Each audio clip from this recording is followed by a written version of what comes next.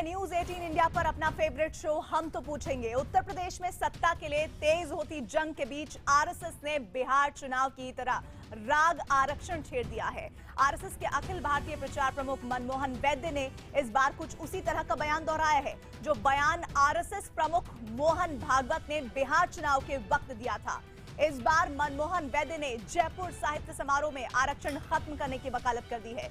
मनमोहन वैद्य की माने तो आरक्षण से अलगाववाद बढ़ता है। उन्होंने एक वक्त के बाद आरक्षण खत्म करने की जरूरत बताई है। जाहिर है बिहार चुनाव की तरह यूपी चुनाव के पहले आरएसएस की तरफ से आए इस बयान पर सियासी तूफान मचेगा। सियासी तूफान शुरू भी हो चुका है। वैद्य के मुताबिक सबको समान अधिकार और समान शिक्षा मिलनी चाहिए, इसीलिए एक वक्त के बाद आरक्षण को खत्म कर देना चाहिए।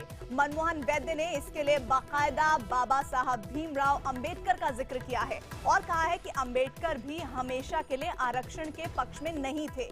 बीजेपी के लिए वैद्य का यह बयान बड़ी मुसीबत बन सकता है। विपक्ष खास तौर पर यूपी चुनाव में इसे मुद्दा बना सकता है। आरएसएस के प्रचार प्रमुख के बयान का बचाव करना बीजेपी के लिए खासा मुश्किल होगा और इस बयान के आने के फौरन बाद विपक्ष ने इसे मुद्दा बनाना भी शुरू कर दिया है। इससे पहले बिहार चुनाव से ठीक पहले संघ प्रमुख मोहन भागवत ने भी आरक्षण को खत्म करने को लेकर बयान दिया था, जिसे आरजेडी और जेडीयू ने चुनावी सभाओं में भुनाया और बीजेपी के खिलाफ माहौल बनाने में मदद मिली। इसके बाद बीजेपी को बिहार चुनाव में भारी नुकसान उठाना पड़ा। आज यही है हम तो पूछेंगे में बहस का मुद्दा कि क्या यूपी चुनाव में महंगा पड़ा आरएसएस का आरक्षण वाला बयान। इस मुद्दे पर बात करने के लिए हमारे साथ कुछ बेहद ही खास मेहमान जुड़ रहे हैं। उनसे बात करने से पहले सुनाते हैं मनमोहन वैद्य के दो बयान। एक बयान वो जिसमें आरक्षण के खिलाफ बोल रहे हैं और दूसरा बयान वो जिसमें अल्पसंख्यकों के अधिकार को ज्यादा बताकर उस पर आपत्ति जता रहे हैं। डॉक्टर आम्बेडकर जी ने कहा है कि किसी भी राष्ट्र में हमेशा के लिए ऐसा आरक्षण का प्रावधान रहना ये अच्छा नहीं है। जल्द से जल्द इसकी आवश्यकता निरस्त होकर सबको समान अवसर देने का समय आना चाहिए। भारत के संविधान में आर्टिकल 25 to 30 में सो कॉल माइनॉरिटीज को हर प्रकार का अधिकार है। ऐसा किसी अन्य देश में नहीं है, पहले से है, यानी इसकी जरूरत नहीं थी। तो भारत की ऐसी परंपरा न कभी थी, न हिंदुत्व कंसेप्ट में ये बात आती है, इसलिए इसकी आवश्यकता नहीं है। और इसी बीच तमाम सियासी दलों ने मनमोहन वैद्य के बयान पर प्रतिक्रिया दी है। यूपी कांग्रेस के अध्यक्ष राज बब्बर के साथ ही आरजेडी प्रमुख लालू प्रसाद यादव तक ने मनमोहन वैद्य के बयान पर तीखी प्रतिक्रिया दी है। राज बब्बर का कहना है कि आरएसएस गरीब लोगों को उनका हक नहीं मिले उसकी हिमायती है, जबकि जेडीयू नेता केसी त्यागी ने इस मामले की तुलना बिहार चुनाव के वक्त जैसा माहौल था उससे की है। समाजवादी पार्टी ने इसे समाज को बांटने की राजनीति करार दिया है।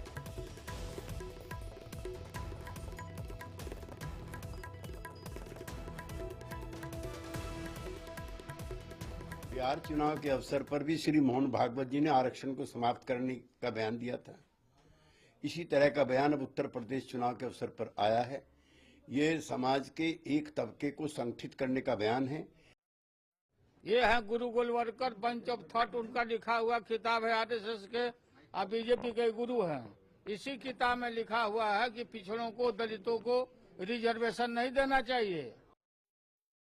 और एक बार फिर सुनिए आज का बड़ा सवाल। हमारा सवाल है यूपी चुनाव में बीजेपी को महंगा पड़ेगा आरक्षण पर आरएसएस का बयान। अगर आपका जवाब हाँ है तो HTP_Y लिखें, अगर आपका जवाब नहीं है तो HTP_N लिखें। आप अपनी राय 51818 पर भेजें। ट्विटर पर आप अपनी राय #HTP और #आरक्षण की सियासत के जरिए दे सकते हैं। आप न्यूज 18 इंडिया फेसबुक पेज और ट्विटर पर भी अपनी राय को साझा कर सकते हैं। आपकी राय को हम अपने शो में लगातार दिखाते रहेंगे। और इसी मुद्दे पर बड़ी चर्चा के लिए जुड़ रहे हैं बीजेपी के प्रवक्ता जफर इस्लाम, कांग्रेस से प्रवक्ता मीम अफजल हमारे साथ है, समाजवादी पार्टी प्रवक्ता पंखुड़ी पाठक हैं, बहुजन समाज पार्टी से नुमाइंदगी कर रहे हैं MH खान साहब और राष्ट्रीय लोकदल के महासचिव त्रिलोक त्यागी। साथ ही स्टूडियो में मेरे साथ हैं शेष नारायण जी, वरिष्ठ पत्रकार। शेष नारायण जी, शुरुआत में इस चर्चा की आपसे ही करूंगी। आरक्षण पर अलगाववादी जैसा बयान क्यों देना पड़ा है मनमोहन वैद्य को, वो भी चुनाव से ऐन पहले? वो तो वही बताएंगे, लेकिन मुझे ऐसा लगता है कि आरएसएस ने मन बना लिया है कि मोदी को बिहार में इसी तरह का बयान, और टॉप आरएसएस व्यक्ति ने दिया था, सरसंघचालक हैं उनके, और अब दूसरे व्यक्ति ने दिया है। और ये मामूली आदमी नहीं है, ये लगभग सरसंघ चालक जैसे ही। मनमोहन वैद्य कोई मामूली लल्लू पंजू नहीं है, बहुत बड़े पदाधिकारी हैं। उनके बयान हवा में बात नहीं करते, मीडिया से वही मुखातिब रहते हैं। पूरा का पूरा जो आरएसएस का तंत्र है प्रचार का, उसके वो इंचार्ज हैं।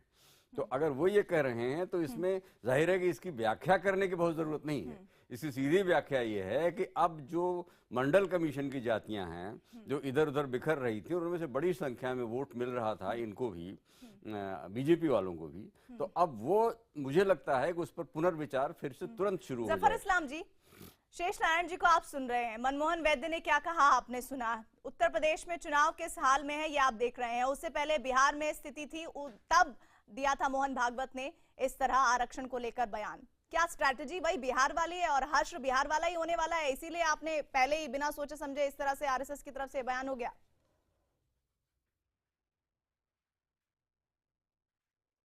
देखिए, उसको बयान को तोड़ मरोड़ के पेश करने की जरूरत नहीं है।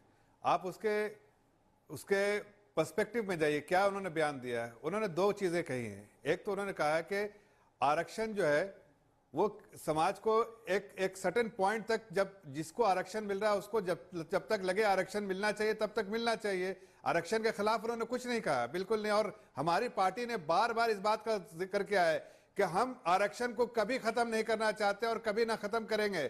हमारे नेशनल प्रेसिडेंट अमित शाह जी ने किया, प्रधानमंत्री ने किया, सरकार ने किया, सरकार के बड़े पदाधिकारी ने किया, प्रधानमंत्री ने किया और पार्टी के बड़े पदाधिकारी ने, सबने बार बार क्लैरिफाई किया है कि बिहार के इलेक्शन के टाइम में किया था। हम इलेक्शन बिहार में भी आपके हर पदाधिकारी ने मनमोहन भागवत के बयान की निंदा की थी। गलत तरीके से पेश कर रहे हैं। अच्छा, और ये जो अपोजिशन पार्टी जो है उसको आप ये कह रहे हैं कि मनमोहन वैद्य के बयान को हम तोड़ मरोड़ कर पेश कर रहे हैं।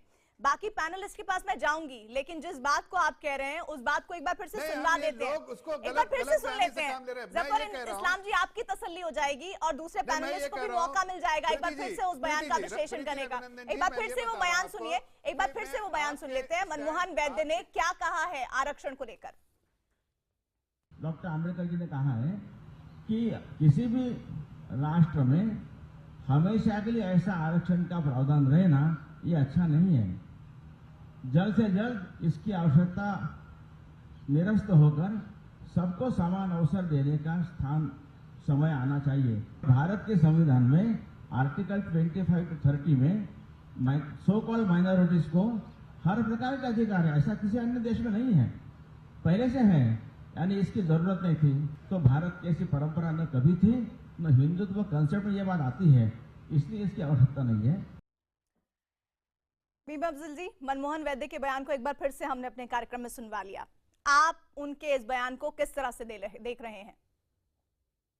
देखिए, सबसे पहले तो मैं कहूँगा कि भारतीय जनता पार्टी की तरफ से अभी एक और चैनल पर जो प्रवक्ता बैठी हुई थी, उन्होंने कहा कि भारतीय जनता पार्टी आरक्षण के खिलाफ नहीं है और उसको ख़त्म नहीं करना चाहती। तो इसका मतलब ये है कि संघ चाहता है, और संघ इनका आइडियोलॉजिकल माँ है। संघ को ये अपनी माँ भी कहते हैं। तो माँ जो कह रही है वो माना जाए, या ये जो झूठ बोल रहे हैं उसको माना जाए। दूसरी अहम बात, जफर इस्लाम साहब यहाँ बैठे हुए हैं, क्या वो इस बात से इत्तेफाक करते हैं कि माइनॉरिटीज़ को अगर कुछ राइट्स दिए गए हैं कॉन्स्टिट्यूशन में तो उनकी ज़रूरत नहीं है, वापस हो जाने चाहिए? मैं जफर इस्लाम साहब से पूछना चाहता हूँ, भारतीय जनता पार्टी के वो प्रवक्ता हैं और इत्तेफाक से खुद माइनॉरिटी हैं, तो क्या वो इससे इत्तेफाक करते हैं आरएसएस के इस बयान से? ये दो बातें हैं। तीसरी बात, इससे एक बात साफ जाहिर हो गई है कि भारतीय जनता पार्टी और आरएसएस पहले दिन से ही, चूंकि अभी लालू जी ने वो किताब दिखाई बंच ऑफ थॉट और उसका हवाला भी दिया, आरएसएस तो शुरू ही से दलित मुखालिफ रही है, आरक्षण मुखालिफ रही है, और भारतीय जनता पार्टी उसकी जन्मी हुई पार्टी है। वो कैसे उसके फेवर में वो उसके खिलाफ जा सकती है? चाहे ये ज़बानी तौर पर कोई भी नकाब ओढ़ लें, ये शुरू से दलित विरोधी थे, कमज़ोरों के विरोध में थे, माइनॉरिटीज़ के विरोधी हैं, और आज उन्होंने साबित कर दिया कि बिहार का चुनाव हारने के बाद भी उनकी हिम्मत नहीं टूटी है। वो आज फिर चैलेंज कर रहे हैं और दलितों को सीधा चैलेंज कर रहे हैं कि आपका जो आरक्षण है वो खत्म होना चाहिए। और ये भी कह रहे हैं कि अंबेडकर जी का सहारा ले रहे हैं। अंबेडकर जी ने कहा था कि अगर लक्ष्य को पा लिया जाए तो उसके बाद आरक्षण खत्म होना चाहिए। तो जो बैकलॉग है दलितों का, जो आरक्षण उनको दिया गया है, क्या वो आज इस हद पर आ गए हैं, वो तमाम दूसरे लोगों के बराबर हो गए? अगर बराबर हो गए हैं तो बात जफर की जा इस्लाम सकती जी थी। सुन रहे हैं, जब बराबर बखूबी सुन नहीं रहे हैं हुए मीम और साहब, और आपके जो सवाल हैं खुद वो भी मान भी उनसे रहे हम हैं। जवाब लेंगे। एमएच खान साहब, मैं जवाब देता हूं भीमराव, जफर जी मैं दूसरे पैनलिस्ट के पास चली आती हूँ, फिर आपके पास दोबारा आ जाएंगे। मैं इसका जवाब देता हूं। मैं प्रीति जी। आ जाऊंगी। बहुत सारे सवाल, सारे पैनलिस्ट अब आपसे ही सवाल करने वाले हैं, तो सुन लीजिए और एक एक करके सबका जवाब दीजिएगा। एमएच खान साहब, मनमोहन वैद्य के बयान को लेकर जो प्रतिक्रिया जफर इस्लाम दे रहे थे, आप तब मुस्कुरा रहे थे, और मीम अफजल साहब जब कह रहे थे तो बहुत मुस्कुरा रहे थे आप। मुस्कुराहट के पीछे वजह क्या है? आप कैसे ले रहे हैं मनमोहन वैद्य के इस बयान को? नहीं, ये मैं मनमोहन की बयान का, मैं तो ये हास्यास्पद लगता है इनकी बातों का। आप देखिए, ये बीपी सिंह की सरकार जब थी केंद्र में, और इनका बीजेपी वालों का समर्थन था, और जब मंडल कमीशन बीपी सिंह ले आए तो ये मंडल कमीशन के खिलाफ हो गए, और कमंडल ले आए। तो ये शुरू से इनकी नीयत और चरित्र में एमएच खान साहब, मैं आपको रोकूंगी, जरा ये भी बताइएगा, जफर इस्लाम जी जी। भी सुन रहे हैं, जरा ये भी बताइएगा, मनमोहन वैद्य जिस तरह का डिस्क्रिप्शन आरक्षण को लेकर दे रहे हैं, क्या बाबा भीमराव अंबेडकर साहब ने वैसा ही बताया था आरक्षण को लेकर? नहीं, ये झूठ बोल रहे हैं, इनको झूठ बोलने की आदत है। दो जुमले वाली पार्टी के नेता हैं ये झूठ बोलते हैं। बाबा साहब भीमराव अंबेडकर ने जो कहा था, वो जो मीम अफजल साहब कह रहे हैं वो सही है कि जब ये आरक्षण का बराबरी का दर्जा हो जाए तब इसको हटाया जा सकता। आज दलित कितना कमजोर है, कितना मजबूर है, आज माइनॉरिटी के लोग कितने कमजोर है। बैकवर्ड जो है आरक्षण के लिए, इसमें इन्होंने बैकवर्ड को इकट्ठा कर लिया। कौन स्वामी प्रसाद है, पढ़ाना कौन है, कराना कौन है? इन लोगों को तो ठगा महसूस होना चाहिए। बैकवर्ड पूरी तरह से अपने आप को ठगा महसूस कर रहा है। जो बीजेपी की तरफ वोट जाने वाला था, अब वो बहुजन समाज पार्टी की तरफ आएगा, क्योंकि हम आरक्षण समर्थक हैं और आरक्षण को लेकर के हम काम करेंगे। और ये हम कह चुके हैं पहले भी कि दलितों के साथ, बैकवर्ड के साथ, माइनॉरिटी के साथ हम खड़े हैं। एक सवाल है, खड़े हैं, और अब आपकी ये सरकार ने बात साफ हो गई है कि ये पैर पे कुल्हाड़ी नहीं मार रहे हैं। एक सवाल कुल्हाड़ी पैर सुन में मार लीजिए। दिया इन्होंने अपने आप पे। आपकी सरकार ने आरक्षण के अंदर आरक्षण का प्रावधान किया था, तो जो अन्य जातियां थी, जो मंडल कमीशन की जातियां थी, उनके लोग, उदाहरण के लिए अगर जूनियर इंजीनियर भर्ती हुआ दलित और ओबीसी, तो आरक्षण के अंदर आरक्षण के तहत 5 साल में वो उसका बॉस हो जाता था। तो उसका विरोध जब हुआ, उसको सुप्रीम कोर्ट ने खारिज किया, तो जो मंडल कमीशन की जातियां हैं उन्होंने इसके आपका विरोध किया था। तो क्या आप आरक्षण के अंदर आरक्षण वाले हैं कि जनरल आरक्षण, मंडल का आरक्षण और डॉक्टर अंबेडकर के आरक्षण के पक्षधर हैं? भाई देखिए, मैं आपसे फिर कह रहा हूं, देखिए बात वही बात है जो संविधान में लिखा हुआ है, जो संविधान के लिए है। संविधान अलग से नहीं कोई बनाएगा। संविधान में संशोधन करना है तो भारतीय जनता पार्टी के पास बहुमत है, वो संशोधन कर सकती है, संशोधन कर ले। लेकिन ये इस तरह का बयान, भड़काऊ बयान देना और गलत संदेश देना और दो मुंही बात करना कि हम बैकवर्ड के हमदर्द हैं, हम दलितों के हमदर्द हैं, लेकिन हम उनको आरक्षण नहीं देंगे, ये दो मुही बात हुई। दो तरह की बात हुई है, एक तरह की बात नहीं हुई। और ये किसी एक विशेष, दो विशेष वर्ग के लोगों के साथ नाइंसाफी क्या वाली ये बात माना हो रही जाए है। कि जैसा बिहार में हुआ था वैसा यूपी में होने जा रहा है? इसी पर हम रिएक्शन भी ले लेते हैं। पंखुड़ी के पास मैं आपकी नहीं गई हूँ। बिल्कुल ये साफ होने जा रहा पंखुड़ी है, पाठक, भारतीय जनता पार्टी मनमोहन वैद्य के बयान पर एक समाजवादी वोट भी पार्टी नहीं के मिलने क्या वाला। विचार हैं? पंखुड़ी पाठक।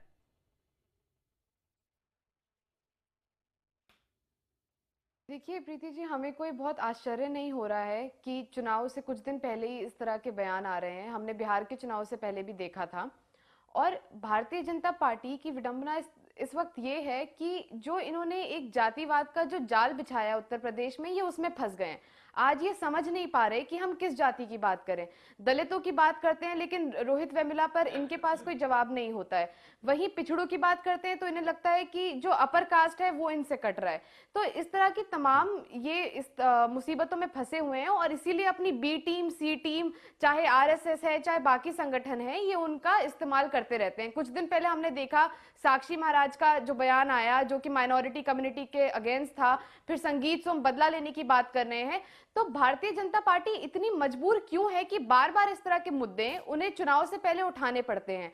तो इसका जवाब मुझे लगता है कि जनता के सामने है कि भाजपा के पास इस समय और कोई मुद्दा नहीं है, और जो नोटबंदी की मार जो जनता को पड़ी है उससे एक तरह से ये ध्यान हटाने के लिए, और जो 2.5 साल की जो इनकी विफलता है उससे ध्यान हटाने के लिए इस तरह के ये मुद्दे चुनाव में लाते हैं, ताकि हर तबके को ये खुश कर सके और समाज को बांटने का ये लोग काम कर सके। यानी कि बीजेपी में एक उलझापन है जो अलग अलग हिस्सों में अलग अलग पक्षों पर नजर आता है, ऐसा समाजवादी पार्टी समझती है। राष्ट्रीय लोकदल से हमारे साथ त्रिलोक त्यागी हैं। त्यागी साहब, आपका रिएक्शन मनमोहन वैद्य के बयान पर?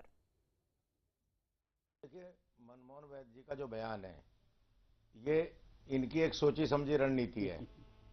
ये लोग आरक्षण के मुद्दे को समझते ही नहीं।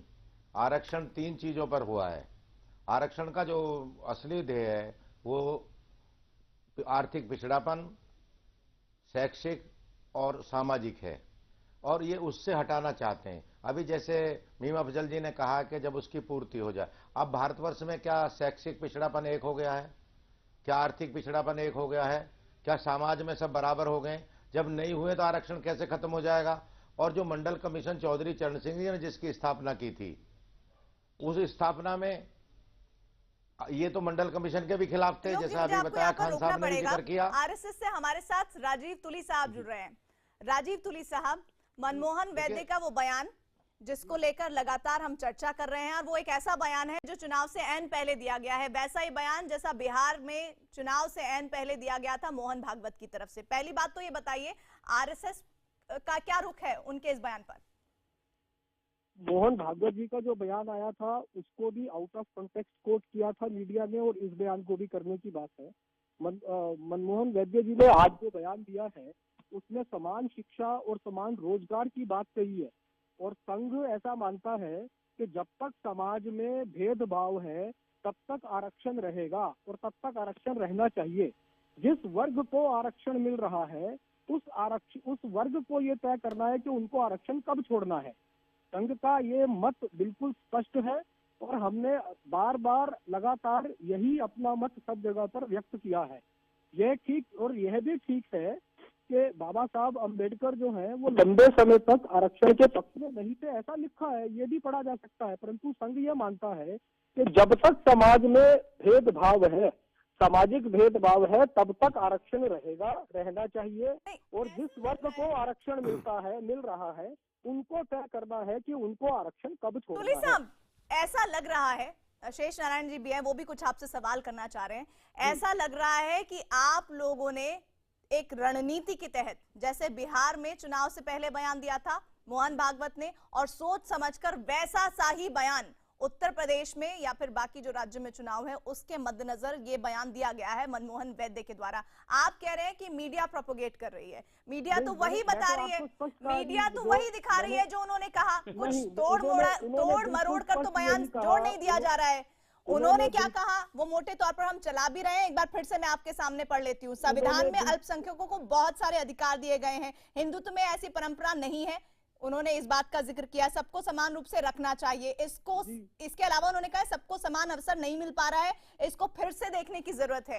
क्या आपको वाकई लगता है कि सब कुछ समान धारा में समान अवसर है, समान आर्थिक रूप से लोग हो गए हैं, समान शिक्षा सबको मिल गई है और आरक्षण की अवधारणा कोई बदल देना चाहिए? ये उन्होंने बिल्कुल नहीं कहा है, और जो आपने रिलीजन बेस्ड आरक्षण की बात कही है उस पर उन्होंने कहा है कि इससे अलगाववाद बनता है, यह नहीं होना चाहिए और इसके कोई ऐतिहासिक कारण नहीं है। संघ का स्टैंड अभी भी वही है जो पहले हमने आरक्षण पे कहा है। और शेष नारायण जी हैं, वरिष्ठ पत्रकार हैं, शायद आप समझ नहीं रहे हैं उन्होंने क्या बयान दिया है, या फिर सुना नहीं है। मैं सब समझ रहा हूँ, या फिर आप अपने हिसाब से एक तरह से विचार को देख रहे हैं और उसका विश्लेषण कर रहे हैं। आप एक बार पहले मेरी बात पूरी होने दीजिए, जल्दी से करिए। हाँ, ठीक है, पूरी बात पूरे धैर्य से सुनिए, मैं अपेक्षा करता हूँ आप भी सुनिए। तो संघ का इस पर नॉन स्टैंड है, और हमने अभी नहीं शायद 1998 में पहली बार आरक्षण पर प्रस्ताव पारित किया था संघ की प्रतिनिधि सभा में कि आरक्षण तब तक रहेगा जब तक जिस समाज को मिल रहा है वो बाकी समाज के समान नहीं हो जाता। जहां तक रिलीजन बेस्ड आरक्षण की बात है उसका कोई भी किसी भी प्रकार का ऐतिहासिक कारण नहीं है, वो नहीं मिलना चाहिए। और उससे अलगाववाद बढ़ता है। ऐसा हमारा स्टैंड है, ऐसा हमने पहले भी कहा है और अब भी कह रहे हैं कि समाज के जिस हिस्से को आरक्षण मिल रहा है उसी को तय करना, उनको आरक्षण कब छोड़ना। शेष नारायण जी को सुन लेते साहब हैं, ये वो कुछ सवाल पूछ बताइए रहे हैं आपसे। कि मनमोहन वैद्य जी ने जो जयपुर में आज कहा है, आप उसको सही मानते हैं कि गलत मानते हैं? उन्होंने कहा है कि सबको समान रूप से शिक्षा और रोजगार के अवसर मिलने चाहिए, जो बिल्कुल ठीक है। आप भी मानते हैं, मैं भी मानूंगा। नहीं, हम नहीं मानते। हम आपसे मान रहे हैं कि जो बयान उन्होंने दिया है आपके हिसाब से वो सही है, वो बिल्कुल उसी तरह से उसी संदर्भ में इस्तेमाल किया जाना चाहिए। नहीं शेष नारायण जी, आप मेरी बात सुनिए। आप मुझे बताइए, सबको अफर्मेटिव एक्शन की जो बात है, सबको समान रूप से शिक्षा और समान रूप से रोजगार के अवसर मिलने चाहिए, आप इस बात को मानते हैं कि नहीं मानते? और हमारा दूसरा स्टैंड है उसके साथ में मिलता हुआ कि जिस समाज को आरक्षण मिल रहा है उसी को तय करना है उसको कब छोड़ना है। तुली साहब, मुझे ऐसा लग रहा है कि आप सिर्फ और सिर्फ वो बात कहना चाहते हैं जो आप कहना चाहते हैं। अगर उसके खिलाफ मैं वही बात कह रहा हूं जो उसके खिलाफ अगर कोई तर्क पेश करना चाहे तो वो आप सुनना नहीं चाहते, फिर आप विचारधारा पर आ जाते हैं। मैं आपको केवल आप ये उतनी बात बताइए, कह रहा नहीं हूं, आप ये बताइए, मैं आपको क्या केवल उतनी ये बात कह रहा हूं अवसर जो आ हमारा चुका ऑफिशियल है स्टैंड कि है। समान तौर पर सबको अधिकार मिल गए हैं, शिक्षा इक्वल हो गई है? क्या आरक्षण को खत्म कर देना चाहिए? इस तरह की भाषा क्यों नजर आ रही है? आरक्षण को खत्म कर देना चाहिए, बिल्कुल नहीं करना चाहिए। मनमोहन वैद्य की नहीं कहा मनमोहन वैद्य जी ने भी कि आरक्षण को समाप्त करना चाहिए। आप पूरी स्टेटमेंट अच्छा, एक दोबारा बात पढ़े, दोबारा बताइए, सुनवाएं। जब आरक्षण नहीं था तब अलगाव नहीं था, तब भेदभाव नहीं था क्या?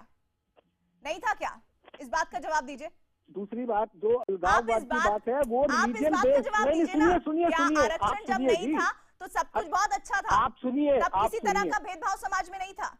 आप सुनिए, वो रिलीजन बेस्ड आरक्षण के विषय में कहा है उन्होंने, रिलीजन बेस्ड आरक्षण के विषय में कहा है। और रिलीजन बेस्ड आरक्षण क्या कोई ऐतिहासिक कारण नहीं है। आप मनमोहन रिलीजन बेस्ड आरक्षण, रिलीजन बेस्ड आरक्षण के विषय में कहा है। जस्टिफाई करेंगे, हम आपसे यही उम्मीद करते हैं, लेकिन कम से कम जिस बात को लेकर आप आरोप लगा रहे हैं, आप ये कह रहे हैं कि उनके बयान को तोड़ मरोड़ कर रखा जा रहा है। जफर इस्लाम साहब भी इसी बात को लगातार कह रहे हैं। एक बार फिर से हमने वो बयान भी सुनवाया, शायद उम्मीद की कि कुछ और आपकी तरफ से सुनने को मिले, लेकिन ठीक है, उत्तर प्रदेश चुनाव से पहले इस तरह का बयान उम्मीद की जा सकती है, दिया जा सकता है, दिया गया है, और उस पर आप डिफेंस कर रहे हैं वो हम देख ही रहे हैं। मैं एक बार फिर से शेष नारायण जी से जुड़ना चाहूंगी। शेष नारायण जी, आप भी लगातार राजीव तुली से बात कर रहे थे, क्या लग रहा है इस बयान को देने के पीछे का मकसद क्या नजर आ रहा है? भाई, ये लोग गंभीर लोग होते हैं, ये कोई हवा में या ऑफ द कफ कोई बयान नहीं देते। बिहार चुनाव के ठीक पहले सरसंघचालक जो संघ के आरएसएस के हैं, उनका बयान आया था आरक्षण को लेके, और वहां पर तो आरक्षण के से बेनिफिट लेने वाली लाभार्थी जातियां बहुत ज्यादा थी, तो वहां तो बिहार में इनका नुकसान हुआ।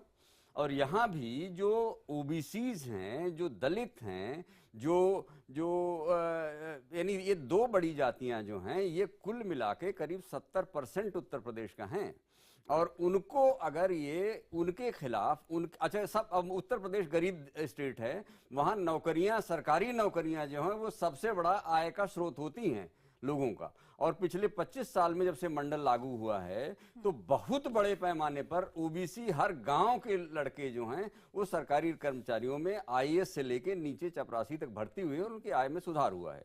तो ये बयान हमें ऐसा लगता है कि ये उनको प्रोवोक करने के लिए दिया गया है, और ऐसा लगता है कि आरएसएस वाले ये नहीं चाहते कि मोदी बहुत मजबूत हो जाएं, और मोदी को कमजोर करने की आरएसएस की जो उनकी, ऐसा मुझे लगता है, आपके पास, हाँ, इस वजह से मुझे ऐसा लगता है कि वो लोग ये बात कर रहे हैं। और निश्चित रूप से उनके पास जो आरक्षण की समर्थक जातियां थीं, उनके बहुत सारे वोट 2014 में मोदी जी को मिले थे, और मुझे नहीं लगता कि इस बयान के बाद जिस तरह से लालू यादव और केसी त्यागी और तमाम लोगों के बयान आपने सुनाए हैं, मुझे नहीं लगता कि वो इक्वेशन रहेगा।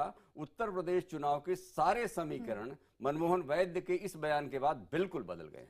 जफर इस्लाम साहब, बहुत सारे आरोप आपने सुने, बहुत सारे विचारधारा आरएसएस की तरफ से एक बार फिर से आपने सुन ली, लेकिन अब हमें बताइए एक बार फिर से, क्या ये ऐसा नहीं लग रहा है कि सोची समझी रणनीति के तहत दिया गया बयान है? उनके उत्तर में कहा है, पहली बात, शेड्यूल ट्राइब का जो आरक्षण है, अपने समाज के एक वर्ग को सदियों तक हमने सुविधा, सम्मान, शिक्षा से वंचित रखा है, इसलिए वह समाज पिछड़ा है, उसको साथ लाने के लिए आरक्षण आवश्यक है, और जब तक समाज में ऐसा भेदभाव का व्यवहार रहेगा तब तक आरक्षण आवश्यक है, ऐसा मैंने कहा है। दूसरा प्रश्न था कि माइनॉरिटीज को धार्मिक आधार पर आरक्षण देने के बारे में था। उसके बारे में कहा कि इसको ऐसा ऐतिहासिक बैकग्राउंड नहीं है और इससे अलगाववाद बढ़ेगा, इसलिए आरक्षण देने के बदले वो समाज में शिक्षा का स्तर बढ़ाने का प्रयत्न करना चाहिए, यह मुख्यतः कहा है। सुप्रीम कोर्ट और हाई कोर्ट ने भी ऐसे धार्मिक आधार पर आरक्षण को अनेक बार मना किया है। यह संघ का स्टैंड है। मतलब लोगों का इंटरप्रिटेशन ये आ रहा है सर कि संघ आरक्षण के विरोध में है। एकदम गलत है। संघ ने यह बात कई बार स्पष्ट की है। संघ आरक्षण के पक्षधर है और ये सामाजिक भेदभाव के चलते आया हुआ आरक्षण है, उस कारण ये आया है। अब और अभी भी सामाजिक भेदभाव का व्यवहार चल रहा है, इसलिए आरक्षण आवश्यक है, ऐसा संघ ने कई बार कहा है। आज भी संघ का यही स्टैंड है। भीम साहब, कुछ सुर बदले हुए नजर आ रहे हैं मनमोहन वैद्य के।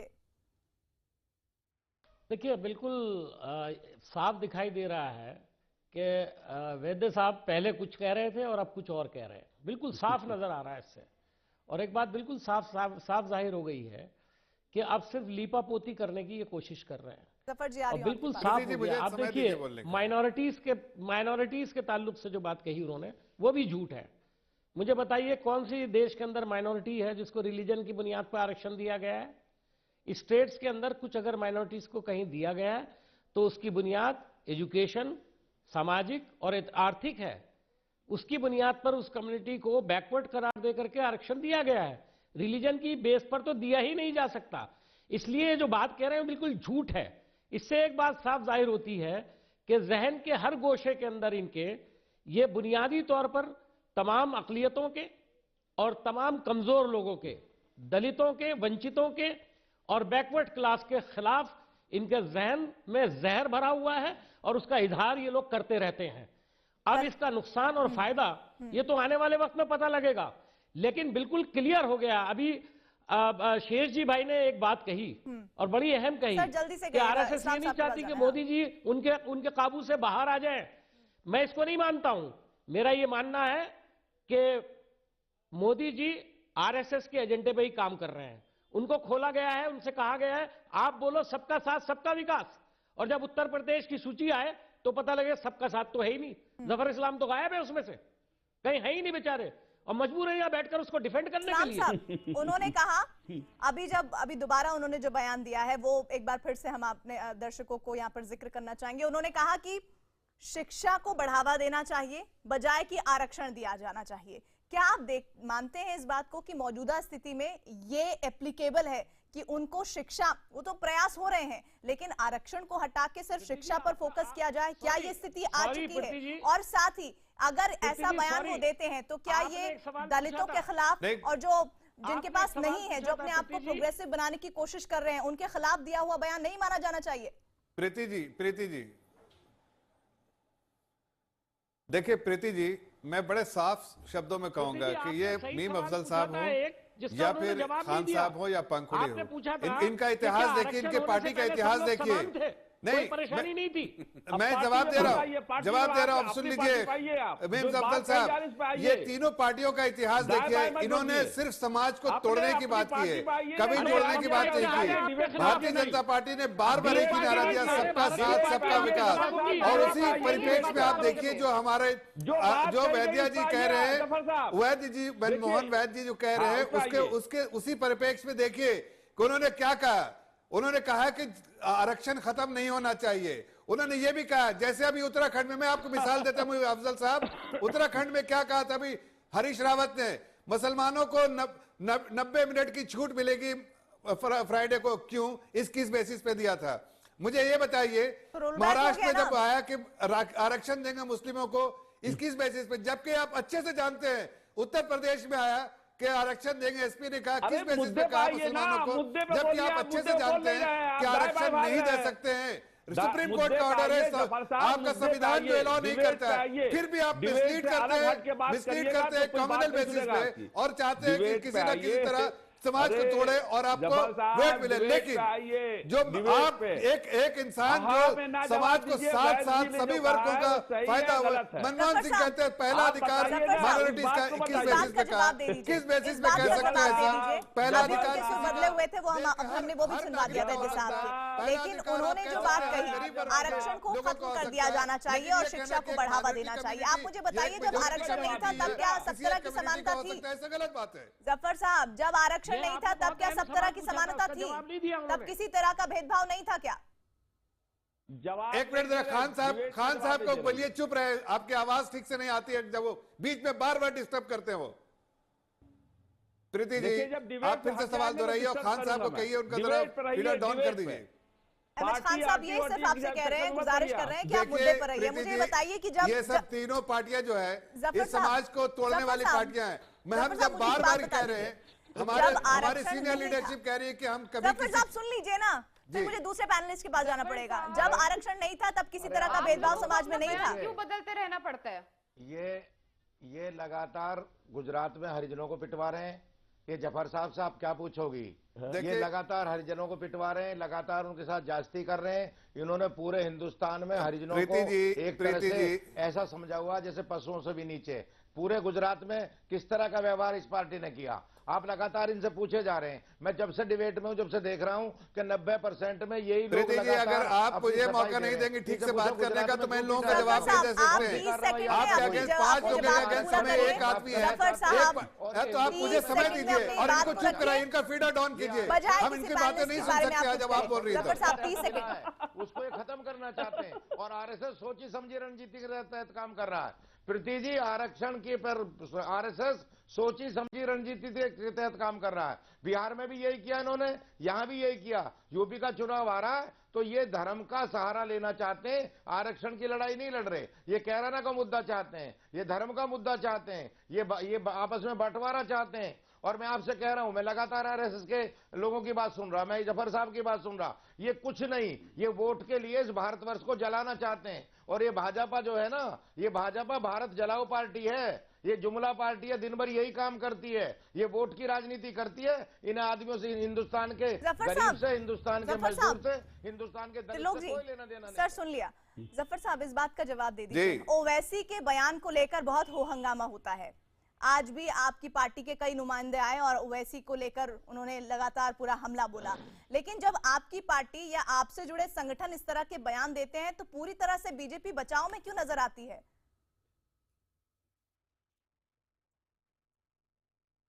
प्रीति जी, पहली बात तो आपको बार बार कह रहा हूं कि जो बात आपने समझी वो बात उन्होंने कही नहीं, तो इसमें बचाने की क्या बात है? अगर वो कहते कि हमें रिजर्वेशन नहीं चाहिए, हम नहीं देना चाहते, तो आप उसका खुल के विरोध कर सकती थी। जब उन्होंने ऐसी बात कही नहीं, वो साफ साफ कह रहे हैं कि ऐसा हमने कहा नहीं, और मैंने सिर्फ ऐसी बातें कही हैं जो कि सबका। मीम साहब, क्या वाकई में जफर इस्लाम जिस तरह से विश्लेषण कर रहे हैं मनमोहन वैद्य के बयान को, आप भी वैसे ही समझ रहे हैं?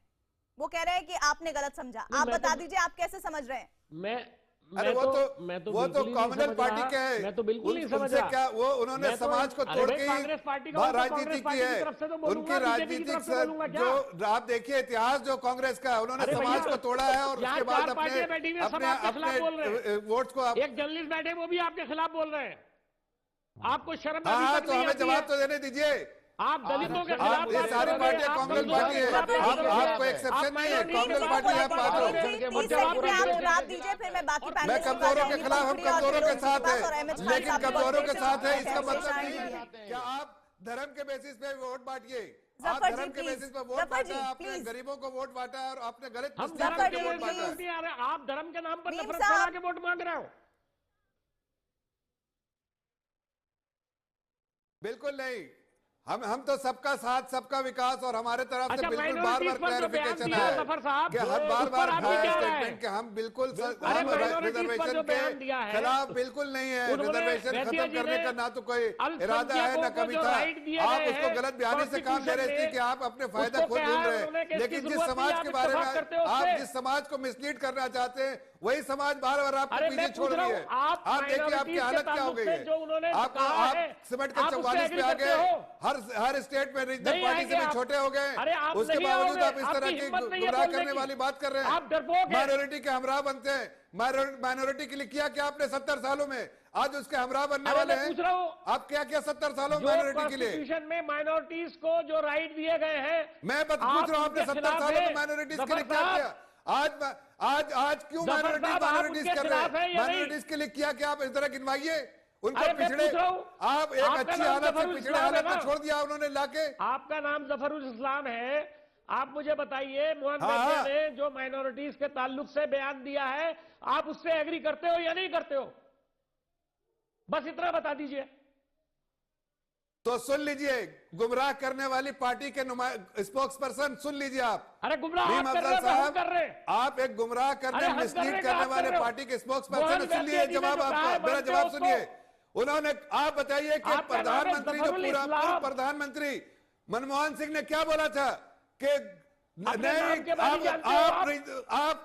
आप इस तरह का गलत बयानी से काम मत लीजिए। मीम अफजल साहब, रिलीजन अपनी जगह पर है, देशभक्ति अपनी जगह पर है, आप गलत बात से बयानी से काम ले रहे हैं। आप गलत बयानी से काम ले रहे हैं। ब्रेक लेना है और मैं उम्मीद करती हूँ कि ब्रेक के बाद जब हम लौटेंगे तो एक बार फिर से इस मनमोहन वैद्य जी के बयान को लेकर एक संवेदनशील चर्चा करेंगे। ब्रेक के बाद देखते रहिए हम तो पूछेंगे।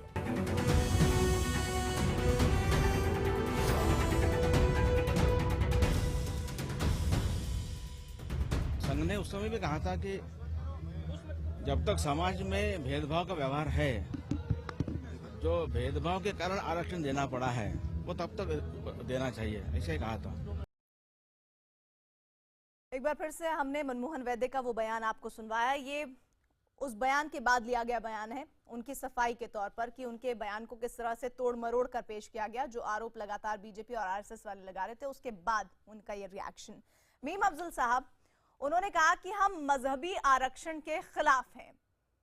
क्या ये सब जो कुछ भी कहा गया मनमोहन वैद्य की तरफ से, क्या इसके पीछे का जो मकसद है वो ये कि पहले फेज में जिन जिन इलाकों में चुनाव होना है, खास तौर पर पश्चिमी उत्तर प्रदेश के वो इलाके जहां पर मुस्लिम बहुलता है, क्या उसके मद्देनजर दिया गया बयान है ताकि जितने भी हिंदू हैं वो एकजुट हों और मजहबी ध्रुवीकरण की कोशिश बीजेपी की नजर आती है इस बयान के जरिए? प्रीति जी, पहली बात तो ये मैं मानने के लिए तैयार नहीं हूं कि हिंदू इस देश में मुसलमान के खिलाफ है। अगर वो ऐसा सोचते हैं तो बहुत गलत सोचते हैं। दूसरी बात, जो उनका पहला बयान आपने दिखाया उसमें उन्होंने जो कहा, मैं बहुत गौर से बयान देखे हैं मैंने दोनों, और उसकी मैं समीक्षा कर रहा हूं। उन्होंने पहले ये कहा था कि माइनॉरिटीज को जो कॉन्स्टिट्यूशन में राइट दिए गए हैं उनकी जरूरत नहीं है, ये कहा था उन्होंने उस वक्त आरक्षण का कोई जिक्र नहीं किया। दूसरी बात, उन्होंने कहा आरक्षण के हवाले से जो दूसरे बयान में बात कही, तो मैं उनसे ये पूछना चाहता हूं कि धर्म की बुनियाद पर तो आरक्षण दिया ही नहीं जा सकता और अभी तक दिया भी नहीं गया है, तो फिर वो उसे क्रिटिसाइज कैसे कर रहे हैं, कैसे बात कर रहे हैं? मेरी समझ से बाहर है। तो ये बिल्कुल एक, कहते हैं ना, गलती करते हैं उसके बाद दूसरी गलती कर रहे हैं। और मैंने यहां पर पूछा आपसे कि माइनॉरिटीज को जो राइट्स दिए गए हैं, इसी तरह औरतों को भी राइट दिए गए हैं, जो कमजोर तबकाते हैं उनको भी कॉन्स्टिट्यूशन ने राइट दिए हैं। आप उन सबके खिलाफ हैं, आप किसके साथ हैं मैं ये जानना चाहता हूं। आरएसएस किसके साथ है? मैं उसकी समीक्षा इसलिए नहीं करना चाहता हूं कि मेरा नाम मीम अफजल है, मैं नहीं चाहता हूं कि मैं अपने खाते में कोई ऐसी बात लिखूं। ये आप लोग इसका आकलन कर सकते हैं। अभी हमारे कई भाइयों ने यहां पर बात कही, अभी बिल्कुल कही और बताया कि उनका असल मकसद क्या है। इस बयान पर कुछ कहना चाह रहे हैं जफर जी, आपके इस बयान पर कुछ कहना चाह रहे हैं जफर जी?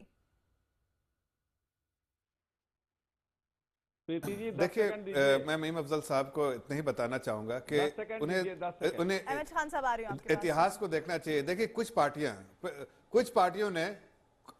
पार्टियों ने जैसे समाजवादी पार्टी ने उत्तर प्रदेश में मुसलमानों को रिजर्वेशन देने की बात की, ये जानते हुए भी कि नहीं, कॉन्स्टिट्यूशन अलाउ नहीं करता।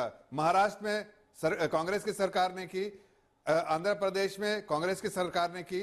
इस तरह से बार बार मिसलीड किया मुसलमान कम्युनिटी को। उसी तरह मनमोहन सिंह, पुराने प्रधानमंत्री, उन्होंने कहा कि इस पे फर्स्ट राइट जो है मुस्लिम्स का है, वो भी गलत स्टेटमेंट। ये नेशनल एसेट्स पे सबका राइट है, लेकिन मुसलमान के नाम पर नहीं दिया गया। नहीं, लेकिन ये खासकर क्या ये खासकर मजहबी इलेक्शन से पहले ध्रुवीकरण ऐसी की बात कोशिश करते है? हैं ताकि वो मुसलमानों को मनमोहन mislead वैद्य करे का बयान, और अहमद जब खान उनके साहब, पास माइनॉरिटी क्या ये मजहबी ध्रुवीकरण की कोशिश का दिया हुआ बयान है? मुसलमान इनको चुप कराइए, पहले इनको चुप कराइए। जफर जी, अहमद खान साहब को सुन लेते हैं। अहमद खान साहब, मैं ये पूछता हूँ, अहमद खान साहब अपनी बात रखिए। देखिए, अहमद खान साहब अब अपनी बात रखिए। देखिए, सबसे पहली बात यह है, सबसे पहली बात यह है कि हमारी बहुजन समाज पार्टी आरक्षण के पक्ष में है और सुश्री मायावती जी ने कहा है कि जो अगड़ी जात के लोग हैं, जो आर्थिक रूप से और सामाजिक रूप से या शैक्षिक रूप से पिछड़े हैं, उनको भी आरक्षण मिलना चाहिए। ये तो आरक्षण की बात हो गई। जफर इस्लाम साहब जो है बार बार अपने आप को डिफेंड कर रहे हैं, उस बात को मानने को तैयार नहीं है जो वैद्य जी ने कहा है। सारा खेद इनका जो है, सोम को इन्होंने टिकट दिया है, उसकी सीडी पकड़ी गई, उस पर कार्रवाई इन्होंने क्यों नहीं किया, उसका टिकट क्यों नहीं काटा? सीधा सांप्रदायिक दंगा फैलाने का काम करने की कोशिश कर रहे लोग। किसी तरह से सांप्रदायिकता बढ़ जाए और हिंदू मुसलमान बढ़ जाए। हिंदू मुसलमान बटेंगे नहीं, न बैकवर्ड बटेगा, न दलित बटेगा, और ये सब मिलकर के खिलाफ वोट करेंगे। ये दलितों के खिलाफ है, ये बैकवर्ड के खिलाफ है, ये अपर कास्ट के भी खिलाफ है, ये किसी के नहीं है। ये संप्रदाय के आधार पर जुमला पार्टी वाले लोग की हैं। कोशिश, क्या मनमोहन वैद्य का बयान? पंखुड़ी पाठक। प्रीति जी मुझे 10 सेकंड दीजिए आप। जफर जी आ रही हूँ आपके पास। देखिए, मैं एक बात कहना चाहूंगी कि जब भी भाजपा या संघ संविधान में दिए हुए आरक्षण के खिलाफ कोई बात करती है या फिर माइनॉरिटीज को जो राइट जो दिए हैं उनके खिलाफ कोई बात करती है, तो ये लोग सामाजिक एकता के खिलाफ तो है ही, लेकिन ये लोग हमारे संविधान के खिलाफ भी बात कर रहे हैं। दूसरी बात ये है कि जनता इतनी बेवकूफ नहीं है, जनता को भ्रमित करना इतना आसान नहीं है। आपको आरक्षण का मुद्दा हमेशा चुनाव के समय क्यों याद आता है? तीसरी बात ये कि जो इन्होंने धर्म पे बेस्ड जो इन्होंने आरक्षण की बात करी, तो भाजपा जनता को गुमराह करने में बहुत ही माहिर है। कहीं पर भी धर्म पे बेस्ड आरक्षण नहीं दिया गया है, लेकिन एक ही डर फैलाने की कोशिश है। जिस तरह से इन्होंने मुजफ्फरनगर का दंगा कराया था झूठी वीडियोस दिखाकर, उस तरह की झूठी बातें कर रहे हैं ताकि लोगों में एक डर फैले कि क्या पता माइनॉरिटीज को आरक्षण दिया जाएगा। और ये सब बातें ये लोग करते हैं चुनाव के समय पे। आपने बिल्कुल सही कहा, पश्चिमी उत्तर प्रदेश का चुनाव है, इसको ये एक सांप्रदायिक रंग देने की कोशिश कर रहे हैं। इसीलिए लोगों में ये गलतफहमी ये लोग पैदा करने की कोशिश कर रहे हैं कि क्या पता माइनॉरिटीज को आरक्षण दिया जाएगा, जबकि किसी ने इस तरह की कोई बात नहीं करी है।